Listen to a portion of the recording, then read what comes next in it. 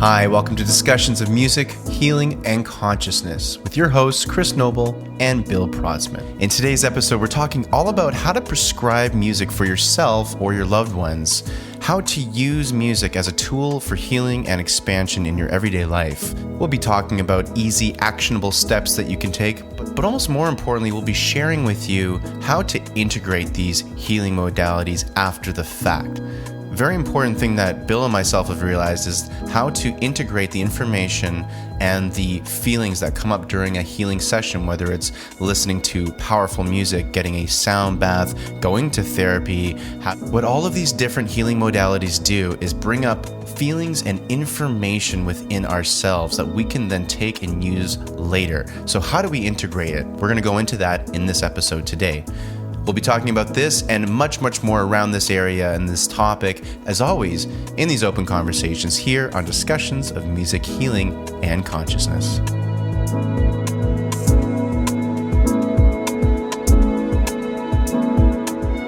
Because that's what prompted it for me, Bill, was I am getting asked more now, and I'm also feeling the need to tell people and help people with incorporating music into their day-to-day life. And the first objection I hear is, I'm not a musician, Chris. And I'm like, I know. That's actually probably good. Not being a musician means that you don't come with a built-in bias. Right? Good point. Because as a musician, every time that I hear music, I'm thinking about how would I perform that? Yeah. Right. Yeah. Instead of just allowing myself to enjoy it. So that's my first response. I have to dial back and go, okay, so Bill, just sit still, turn off all that, all the stuff that's you as a musician, and just be there as a listener. And it's hard, but it's doable.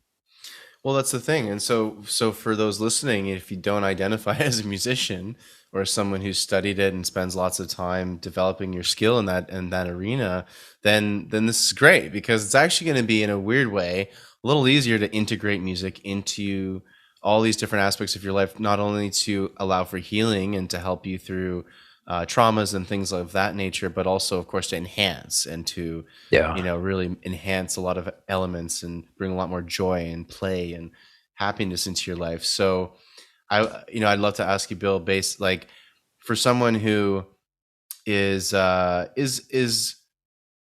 curious about music, but maybe has no intention on learning an instrument, what are some really simple ways that they can start to integrate music? Maybe one way that has a healing purpose, and one way that is more of a fun and joyous kind of thing. Well, let's start with a fun one, because I think people relate to those really well. The obvious one is dancing, or going to a concert where you love the band. During that period where you're at the dance or at the concert, you automatically just sort of suspend the rest of the world. I mean, maybe you think about other things while you're in there, but the purpose of being at that concert is like full immersion in what's happening, or being at this full immersion in dance. And the music is part of that. And it's being very, very present, right? And to get to that kind of presence when it's fun is just such an awesome experience. It's like taking the family to Disneyland or something. For a period of time, you're in this magical place, and it's magical because everything else is outside of it. That's right. And you can fully immerse in, the joy of the experience of being on all these rides and seeing all these shows and being there with millions of other people, right? So that's part of it too, right? And that's fine. But it's all a willing suspension of the day-to-day, like seeing a movie. The difference, of course, with movies is they're often about topical things that mean a lot to us. And music is really just about whatever it means to you or whoever you're dancing with. It could be something else, right? Or whoever you're attending the concert with. It could be something else. But you're there appreciating your individual meeting in that beautiful, fun environment where the music is happening, right? So the reason to bring all that up first is because it turns out that whatever you're using therapeutically, contemplative prayer, psychedelics, surgery, whatever it is that you're using therapeutically, the more that you bring your focused intention to it, and that includes your attention, the better the result. Yeah. And here in the West, we're kind of like this thing, something's wrong and you go see the doctor and they fix it and that's all fine. Well, this is much more present because the doctor isn't there, right? You're your own physician, essentially, your own therapist. And you've got to bring the same kind of focus to that opportunity that the surgeon brings when you're under the knife. And if you're able to do that, you get a better result. It's like, do you go to the gym? Well, you're going to get results if you do that regularly. But if you go to the gym once a month, not so much. You had the great intention, but you didn't bring your attention to it. So same thing with music. And that all it's so amazing because all of us have different abilities there, right? Some people are in the music immediately. Turn on the song, they're immediately just like immersed. And some people, it's not so much, the immersion that they hear it, but they aren't completely on it. It doesn't matter. It's just wherever you were before the music started. And then the music starts and you bring your attention or focus or intention, whatever, to that next time when the music is happening. Whatever level that is for you is right for you, right? And with practice, of course, you get better at it, just like anything else. So you and me, we've been listening to music forever and actually playing it. And that's a really high sort of presence as opposed to somebody who's like, as I've seen many times, in symphony hall falling asleep as the music playing, right? That's right. Something's happening to both of us, but the conscious presence in that moment is different for the person who's asleep than it is for us. Okay, so what? Doesn't matter. They're probably getting a good effect too, right? And the really beautiful thing about this is that music is so inclusive in that sense. It doesn't matter what your level of attention is. Whatever it is for you is what's right for you. The same rules apply. The more attention you can bring to it, the more therapeutic the result. And it's one of the things, Bill, that it's really the presence that music brings. Like it's I find it therapeutic sometimes when I'm skiing because I'm concentrating all day on skiing, right? And not crashing into a tree or something, or obviously, and I'm so enthralled by the nature around me, and it's such an all-encompassing experience that I'm so present. I can't even barely think of anything else going on in my life or in that day. All I'm thinking of is how spectacular the view is, how great it smells, and right, yeah. Just how much fun I'm having. I'm being a kid playing around out there all day. And is it, almost a similar effect that music has, where it brings you not only into that really amazing presence that a lot of self-help people also talk about. It's one of the biggest things in mental health is that you're either stuck in the future or the past, never the present. Only right moment here we have is the present. So music brings you, and I think we can both agree pretty quickly and easily into that presence. So is that what you're kind of hunting for in a way? Sure. And, I'm not being exclusive about this because music is a thing for some people, but for others, surfing is a thing, or skiing, But both. I mean, why not all? Why not all together? So, and music, of course, is great because now, I got some bone conducting headphones for Christmas. It was amazing. Oh, and nice. You can wear them in the water. So I'm imagining to myself, hey, if I were if surfing was my church, and I could put on these headphones, then I'd have my church and my music at the same moment, right?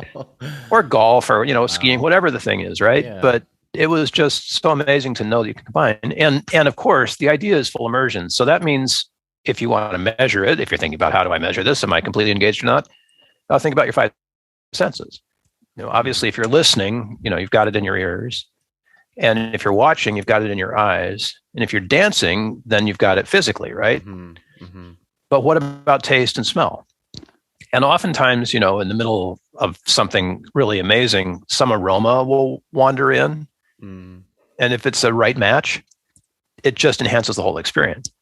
If it's not the right match, not so much. Yeah. But our brains don't know the difference between reality and what they imagine. So if you're looking for full immersion at that moment, you can imagine things that bring you the rest of the way. Like if smelling roses is your thing, right? And you're listening to this sublime music and you imagine the smell of roses, you have the same effect as if you had actually found a rose and taken a whiff. It makes me think of integrating essential oils or something into your music situation. Right? And you were talking about that because that's a perfect thing. Anything that, does full engagement. But how about touch? So touch is interesting because both of us are tactile musicians. We play keyboard, right? So we feel something in our fingers. But what if you're just listening? How do you bring up touch? Tap, maybe, or something like EFT tapping, or or just like tapping your foot, even something as simple as that. Yeah, patting your foot on the ground. You're getting some kind of a feedback for your body. Whatever works, right? Yeah, I guess that's why dance is such a perfect marriage or thing to bring in. And I mean, man, is it therapeutic on both levels. Like when you're not feeling well, it's hard to get that urge to dance, that's for sure, when you're low energy and stuff like that. But it can really lift you out of that. However, talk about enhancing. When you're dancing, it really enhances an already good vibe or feeling or energy. True. With really good music. So if you don't feel like jumping around, I mean, you could feel like you're floating or something. Yes, exactly. Anything gives you like that sensation of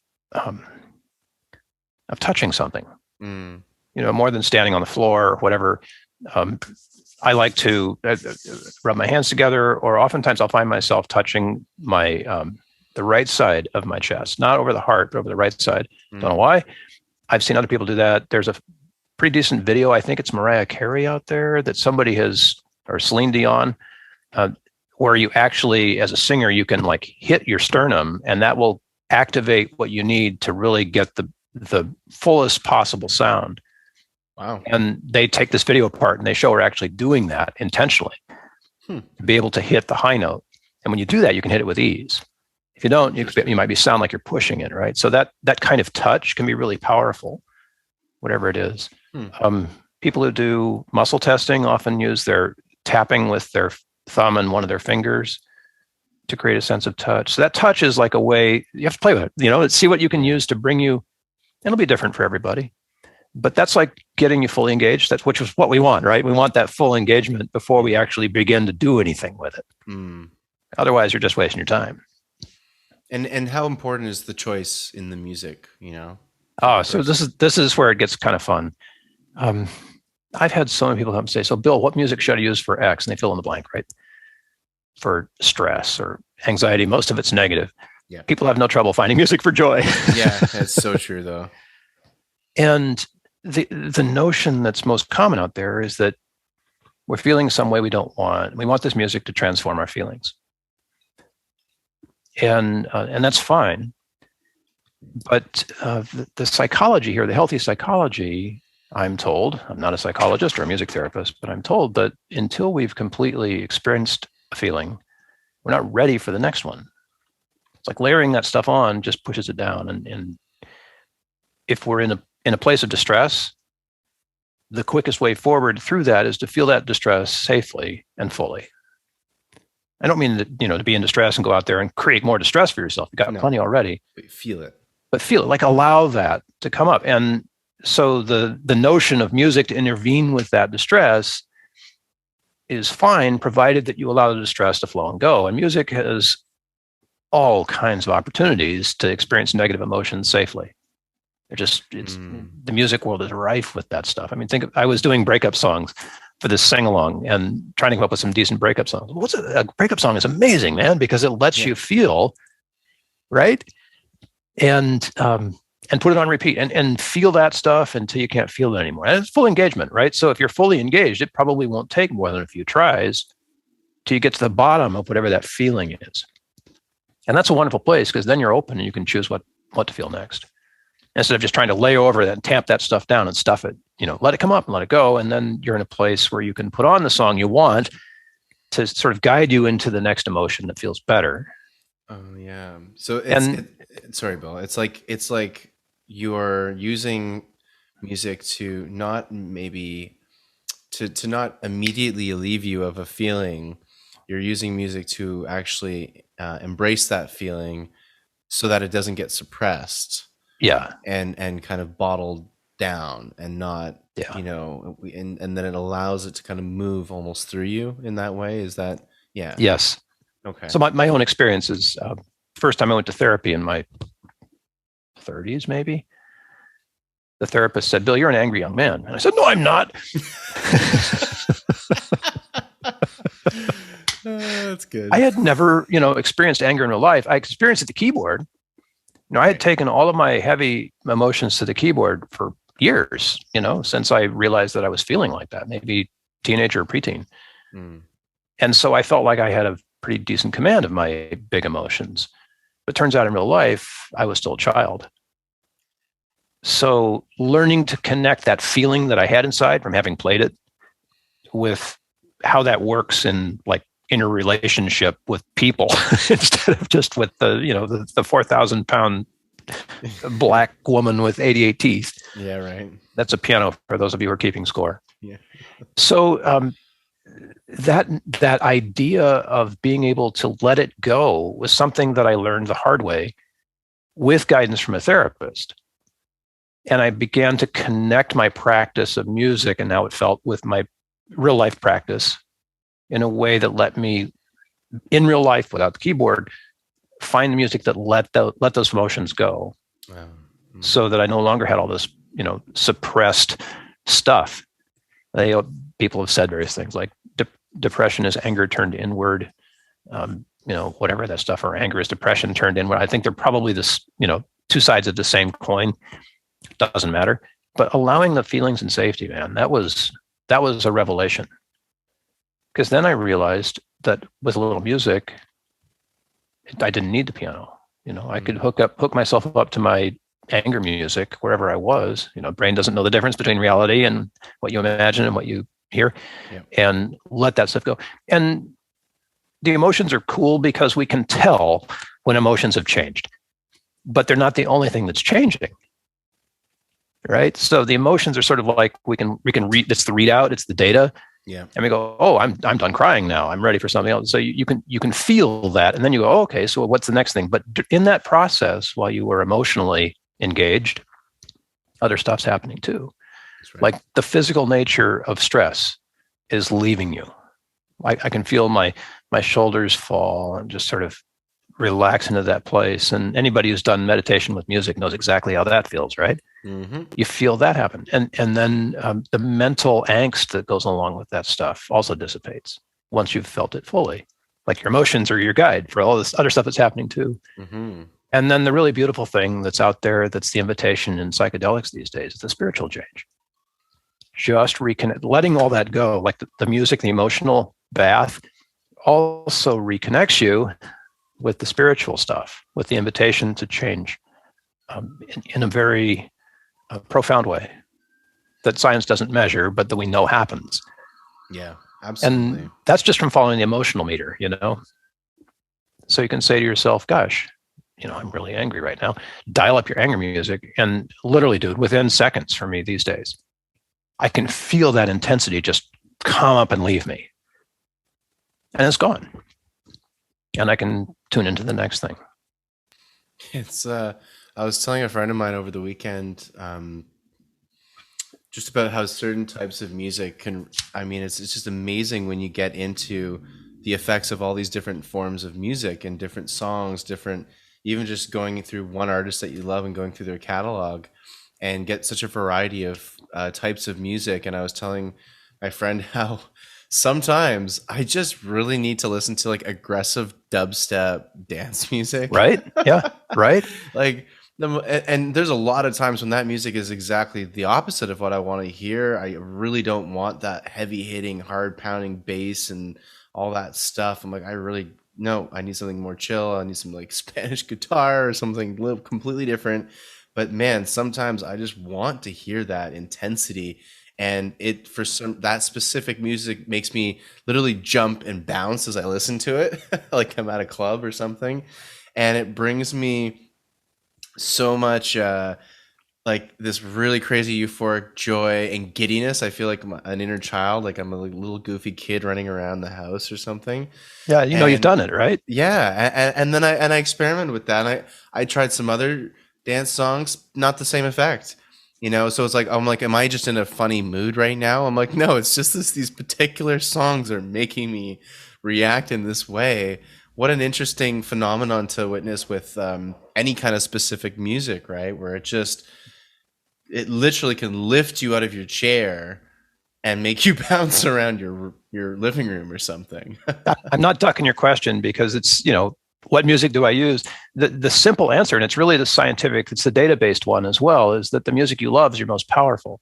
Of course. So when you have that response to one song and other songs don't do that for you, doesn't matter. Focus on the one song that worked. Just loop that one song if you have to. Loop that song, man. And neuroscience to the rescue again. You loop it 16 times, it's in there. Yes. So if you've done the work to connect, let's just use anger. There's lots of kinds, but let's just say it's anger, and you connect it with a specific song, and you loop that thing, and 16 times later, you've built a durable neural pathway that science can see, right?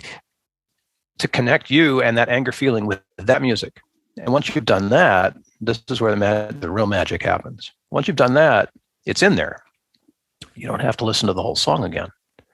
All you have to do is remember a bit of it, a tiny bit of it, and your body will have the same response as if you'd heard the whole thing. And neuroscience supports that too. Good old brain again doesn't know the difference between reality and what you remember. You remember the song, your system responds the same way, physically, mentally, emotionally, and spiritually, and you have the result that you want. It's practice though, because you're re-listening to the same thing a bunch of times with the purpose connected to the song you love, right? And I mean, that's magic in a sense, not to get too esoteric here, but I've heard many times that the essence of magic, the traditional form of magic from ancient Egypt and stuff, was all about attention and intention. You you focus all of your energy and on something, but then and with a very particular intention behind that focus. And that's where you literally can create magic. And nowadays we'll just call it therapeutic, or getting a good result out of whatever we're looking for, right?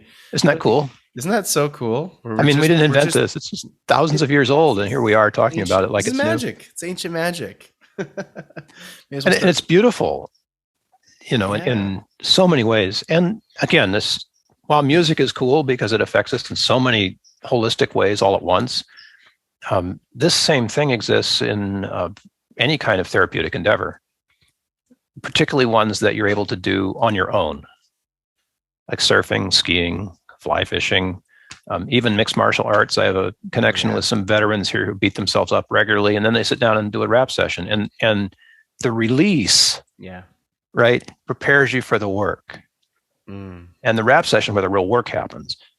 It's like martial arts. There's more than just fighting in combat. It's philosophy, and it's how to it's done with love and compassion too, and it's just beautiful. And back to the music thing for a moment, and something I've been really enjoying is finding a lot of finding more conscious hip hop artists, because I love the genre musically, but I very often, especially with pop hip hop, I don't identify a lot with the lyrics too often, and but I love usually like the beats and like the groove. I love hip hop's like tempo and vibe overall. And so discovering more high vibrational or more empowering lyrics from hip hop, or it could be any genre. I'm just using hip hop as my example. And I found an artist called Londrelle, Londrelle. And I think I don't know if he's American or where he's from, but really great rapper, great hip hop artist. And all he's rapping about is gratitude. You are enough. Actually, my favorite song of his is called Morning Asana, which is his yoga routine in the morning. And that's what he's rapping about, believe it or not, everybody. And I love it. It's a great song. And so I'm just, and like another one's Manifesting Money Mantra. I mean, and these are, like 1 million plus hits on Spotify. So he's not popular. And, I find myself just grooving, like sometimes in my car, cranking his tunes and just having a great groove and like singing his beautiful verses and repeating. And like you said, once I hit that track 16 times, those really great lyrics are now embedded in my mind, and I'm using a brilliant poet, lyricist, rapper to help me out, to infuse and reprogram my brain with really empowering thoughts, because that's another thing to be conscious of. Yes, any type of music can be therapy, and if it's something like gangster rap with really violent lyrics, and if it makes you feel good, then as we both know, that's Yeah, great. great, go for it. However, I would say probably for the majority of people, if you do go out there and find music that has empowering messages, and there's lots and only more and more coming out every day now, that's probably going to have some more profound effects as well because of the messaging being overtly positive. Exactly, right. You And know? and as a beginning practice, it's great to have the lyrics because they help guide you. Exactly. And that guidance is really key. I've, the way I grew up, mostly music without lyrics in the classical world. I got an early start in a different direction, and now I'm going back and finding music with lyrics that helps to give me the pop that I want. Hmm. But songs that I've played forever and ever and ever that have lyrics, all the oldies, I'm thinking of Somewhere Over the Rainbow because it's, one of the world's most perfect songs, don't need the lyrics anymore. They're in there, but the music has more meaning after 50 years with it than it does with the lyrics. I don't want to be roped back into the movie again. I don't even want to be roped into that wonderful place of hope. The music is, it's transcendent. It goes beyond all of that. And even though I do feel the hope and I get the, I get the context and all, the depth of it is just profound. Obviously, for classical music without lyrics, that's the intent, the composer's intent. Most instrumental jazz has something like that at its core too, where there's just this connection to something bigger than all the notes coming out of your horn, right? Or even the other people on the stage. It's just like you all join together in this conscious experiment that is way beyond the mind. You mentioned it earlier. You just felt like it was the right thing, like you felt in your gut. And what you realize is that it's not about the brain. The brain is a participant, but the brain is sort of after the fact. The brain's still trying to figure out if it's real or if it's live or Memorex, right? But the rest of you is getting immediate, like the heart is getting it. The heart. In fact, the brainstem, the spinal cord, the vagus nerve system, that's like where the response is that we're going to here. The heart and the gut are the part of it that music really reaches. And, neuroscience is all concerned with what we think about that. But I think when you get right down to it, it's like the heart math people are looking at the right sort of collection of organs for what the real response, what our real response as resonators is to sound and rhythm. And the heart doesn't need the lyrics to get there. The head, right? It's all just feeling, right? And that's really a beautiful thing. So I like to say, use music you love, choose music you love, because that's your most powerful, and then listen on purpose. So when you have that purpose, that focus, that attention, intention, combination, whatever, that's what puts you in the lane. Everything else is just preparation and ritual. And we can talk about that too, but that's really where the work happens, right? Mm-hmm. Mm-hmm.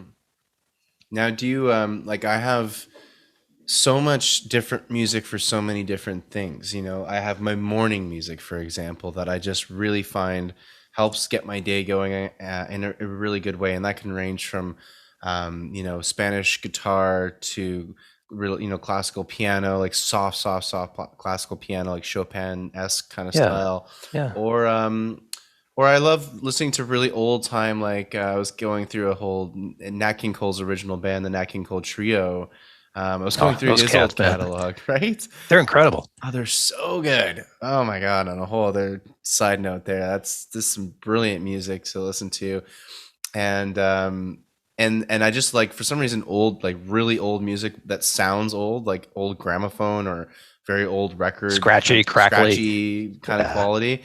There's something so nostalgic, not that it's well before my lifetime, yet for some reason, I don't know if it's a past life thing or who knows what the heck it is, but I find it very soothing. And the point I'm getting at is that that's just my morning. Then the afternoon, as a series of other forms of music I like to listen to. Evening probably gets a little different as well. And then it depends if I want to amp things up, keep things mellow, et cetera, et cetera. I also have different music that I really prefer for having people over. I have specific playlists for when company's over, and depending on the type of party, I have so I could keep going on and on and on with the types of things I use music for.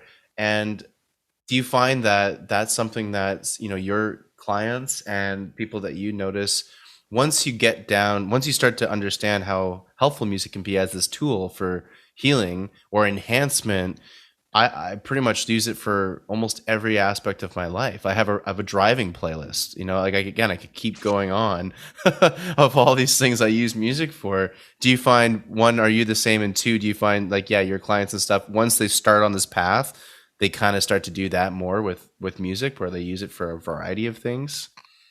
Yes to both. I love background music, and I love having music support everything that I do, The curious thing about music is that it can do that, and it can be very intense in the foreground. And if you're going to do foreground work, bring your full attention to everything and actually have a therapeutic practice, then you also deserve the most appropriate music for that. And not just in the sense that it's the right genre. One of the things that happens with human beings is we respond really well to stories.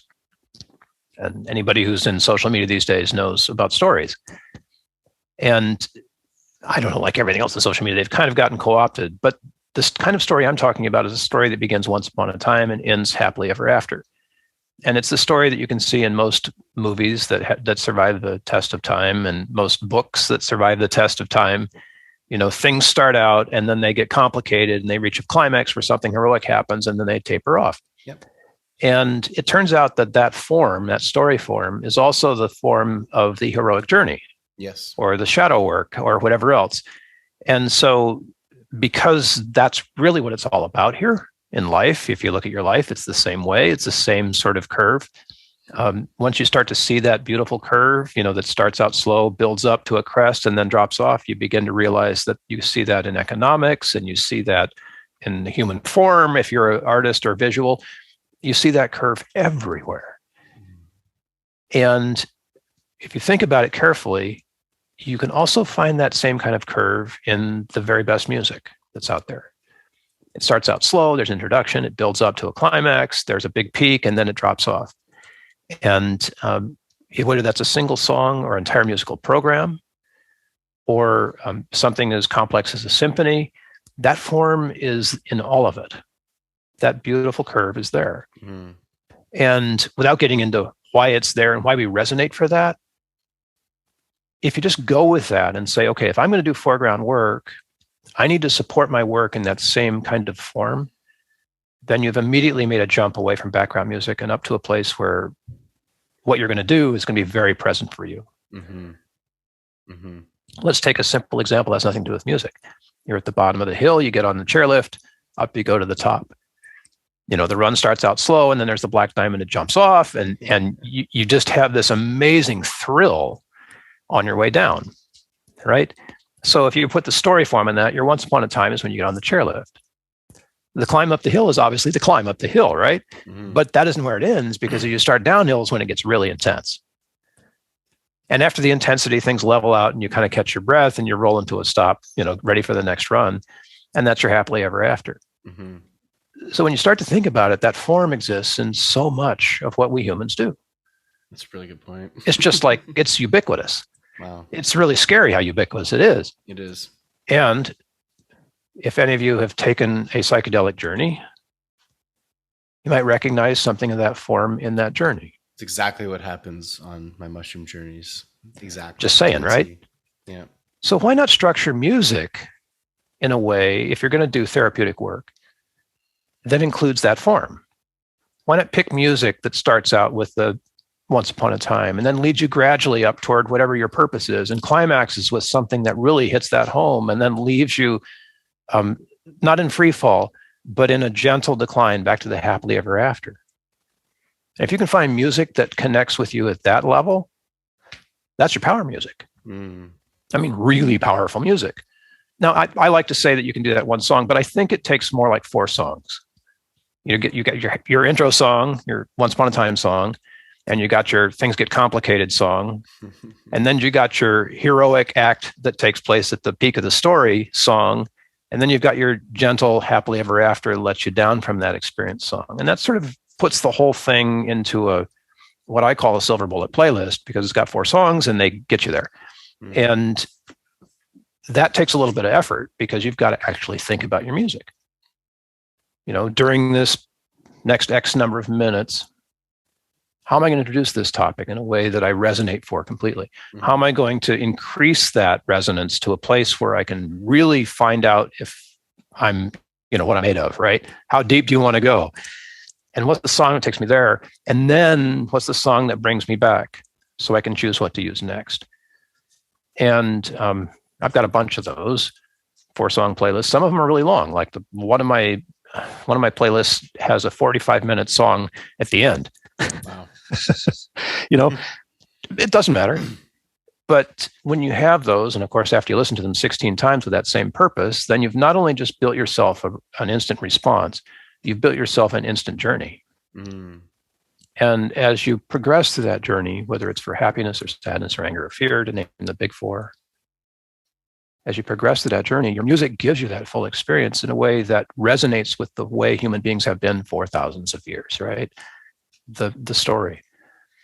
Wow. And with great respect to all the Instagram and Facebook and TikTok stories that are out there, that are all a blast and a lot of fun.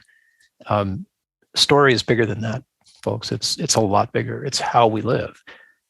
And to connect with that really deeply, I mean, you can connect with the story of a tree, right? And think about putting music to that, or try it externally before you bring it home.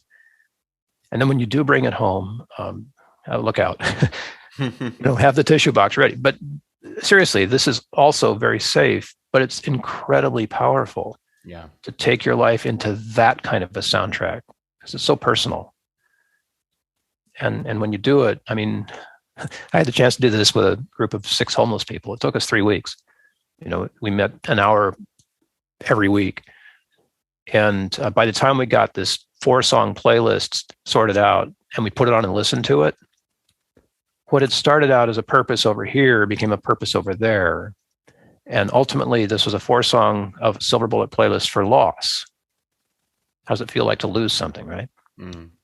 And for a homeless person, you lose your shoes. That's a huge impact on your life, right? Yeah. So loss was a big thing. And we got done, men, women, it didn't matter. There wasn't a dry eye around the table, including myself. Oh, yeah. For how this group had put together this therapeutic ride that was so beautiful, that let them feel the loss fully, without having to actually lose anything.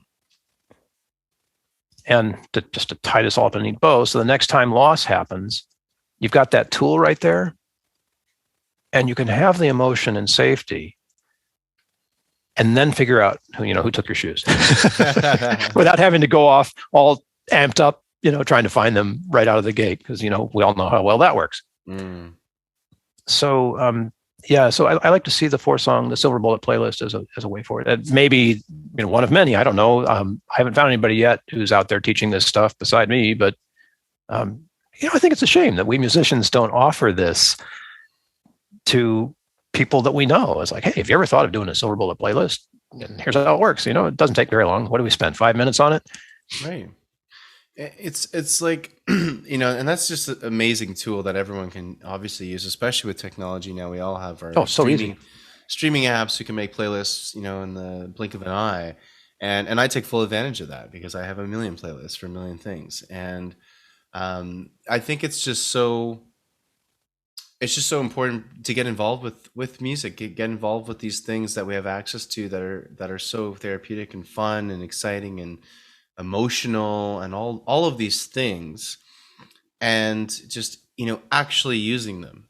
Mm-hmm. I think we have so many things that we have access to and that we use, but we don't really use them. We don't get into the fullest extent.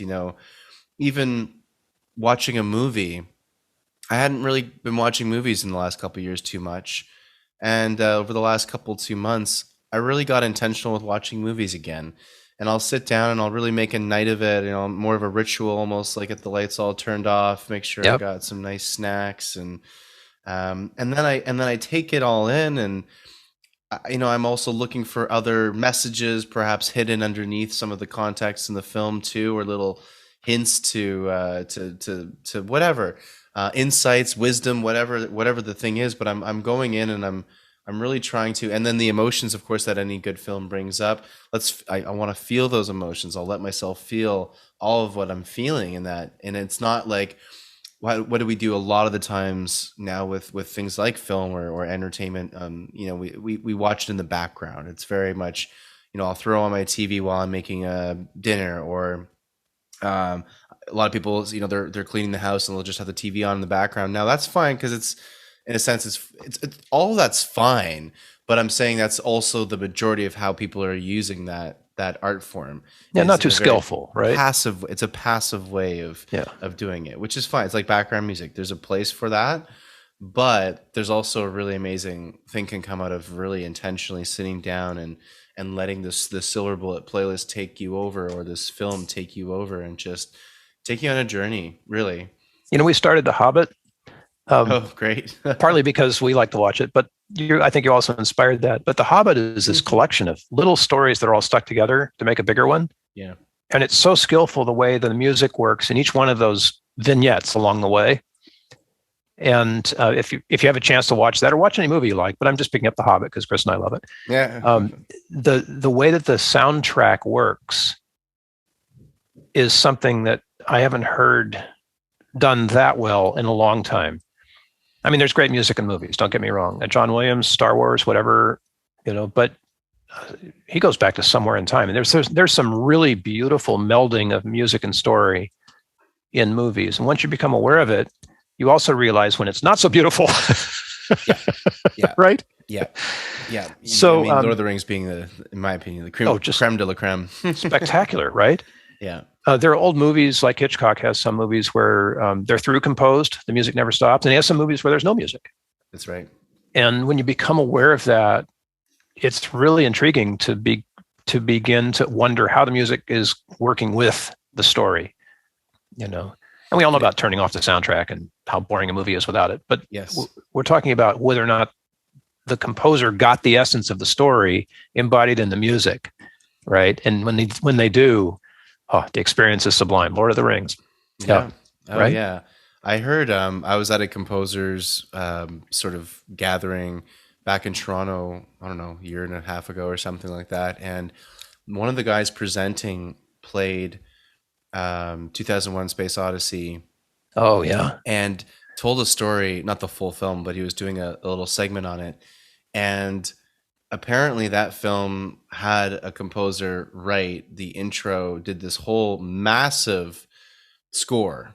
And very well known, I forget the composer's name, very well known composer. And although I think that composer also had lots of music throughout the film, the very iconic music, of course, from 2001 Space Odyssey is, what's it, Strauss, right? I think it's Strauss, yeah. Like, also Sprach Zarathustra.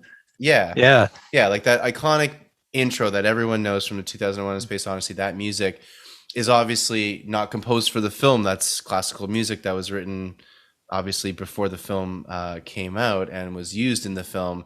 That was actually a temp track that Kubrick was using, and the composer had this whole thing written for it, and Kubrick basically axed it at the last minute, like the last minute. And we were watching the segment with apparently the music that they were able to somehow track down, or they found the somehow this guy was music. A real enthusiast of archival music and worked in Hollywood, so had some access that not everyone has. How did it sound? It's not very good. There you go, right? And I was like, I mean, it sounded like Kubrick is Kubrick, and known for many things, and I was like, well, that's obviously not a great move for the composer there, but he did make the right choice because it didn't help the story, and it was trying to do too many things, and it wasn't telling the essence of the story. And the simplicity of Strauss's piece was just exactly what the story needed, and it goes back to what you were saying about just how so many aspects of not only music but just of art and life in general tell story, and just it doesn't have to be the most beautiful, complicated piece of music to tell a story really, really well and perfectly for that piece or that artistic piece. And even I remember No Country for Old Men, a Coen Brothers film, one of my favorites. Great Western film, no score whatsoever in that entire movie. Yeah, and in my opinion, and I'm a big fan of sound design in film, I thought the sound design was the score. Even the way that the wind would just in these areas of climax, during certain scenes, the wind comes in and just and it's like all dramatic, and you're like, that is the score. That's the like I score. wouldn't even want music here. This is perfect. Like that wind is the score. So it's enhancing the story. It's telling a story through whatever it is, and storytelling. You're right. I mean, I hadn't actually thought about it exactly in that way until you described this, Bill, which is it's in every facet of our It's everywhere. existence is story. Yeah, No it's wonder everywhere. we love story. And that 2001 music is the perfect single song silver bullet, because it's da da da da da. That's your first part, then da da da da da, and then that's the second part, and then it goes into the big climax. Yeah. Oh my gosh! And it's just Beautiful. it's 4 parts. It's just all right there, and that's probably what Kubrick responded to. I think that I've also heard something that I don't know if the song's in the key of F sharp, but I heard something about the actual note of F sharp being a very specific note associated with the creation of the universe. Oh, cool. and I don't know exactly where I was reading this one, so I don't know if this is all total BS or not, but I was doing some research on different like sort of cosmic frequencies and frequencies found in the universe and whatnot, and they were somehow they could find a correlation to the note of F sharp being a very significant note in not only the creation of the universe, but then this like that musical progression of the dun dun dun, which is what 151 or one. Yeah. It's a fifth essentially, and that progression too is something found very much in nature and also in the creation or in these sort of like in the mathematics of it's definitely mathematical creation, and so interesting that piece also, for a sci-fi film kind of about the creation of the universe and humanity, certainly. It's just kind of cool to see how even that piece mathematically helps tell the story. Exactly, right? There. It's amazing. I am fascinated by this and the simplicity of it, which almost sometimes makes me wonder if I should be more. Is that? Hopefully, it didn't get into our recording. I'll go back. I'm fascinated by the simplicity of this, and I wonder sometimes how we've gotten to this place where we're so fascinated with complexity and intricate solutions and just what we can do. I mean, imagine like what's that thing that they use for surgery right now, Da Vinci, that's all robotic and very precise and uses lasers, and it's almost like you set it and forget it, and then it takes care of whatever the delicate surgical operation is you have to do. Wow. We can do that, but then there's the simplicity of the story thing. Yeah. And of a piece of music that's basically like 3 notes, right? Right. that is iconic in a way. So somewhere along our several thousand years of evolution, maybe 10 or 100,000 years of evolution, where do we lose our ability to connect to the simple? Right. That's a whole other episode. I feel like right there. I was just seriously thinking as you're saying that, Bill. I was just thinking the same thing. I'm like, sometimes we get really complex. Not that complexity is bad, and we have invented great things that are very, very complex. However, I find a lot of in health and in food, especially, we keep trying to invent these ridiculous concoctions. Oh my gosh. And then all that most people genuinely want right now is just like, give me the freaking organic, not the thing with one ingredient in it, which is that ingredient of what I'm eating. Yes. I just want the simple thing. I don't want you to complicate it with a million other DNA hormones and other things going on in there. Like, I just want the simple nature-made version of this. I do not need to make this any more complex than it already is. Well, I'm all for simplicity, and especially when it comes to something as fundamental as our music, right? Like we can bring that in on a simple way. Absolutely. I'm looking at my clock because I have a meeting, but it's not until 11 after the hour. Oh, okay. Nobody's supposed to be calling me at 2 after the hour. You're supposed to call me at 11 after the hour. Well, we can also end it off if you got your call soon too, and I think we got some some great bits here. I think people can have a good sense of also what they can the Silver Bullet playlist. I think is a really great takeaway for everybody listening. Make your playlists, and 4 songs is a great kind of starting point. It's not hard. It's not hard, obviously, and create it for what you need. But I guess with the intention of a story, creating that arc, and basically then you have this to go back to anytime you want, whatever you need it for. And it's not fixed forever. Yeah. Like if you get 4 songs and they're working for you today, and then you develop a different understanding or awareness of how anger is or whatever, and your anger list no longer works, then do 4 other songs, or just change one out if it isn't working for you or whatever. Like the process is more important than the result. Yes. Yeah. And that process is a lot of fun after you begin to do it. So, prescribe some music to yourself, everybody. Yeah, there you go. Let's put it in medical terms. Just prescribe some music for yourself. Dr. Noble, what do you prescribe? Dr. Platzman. Our names both sound good as doctors, I gotta say. It's true, although I'd never be a clinician. Oh God, no! I'm too irreverent. I know, and I'm too rebellious. I think. Okay, so philosophy is a thing. Well, PhDs. Yes. I'll race you to the end. Stick with that. That'll be the doctor I can handle.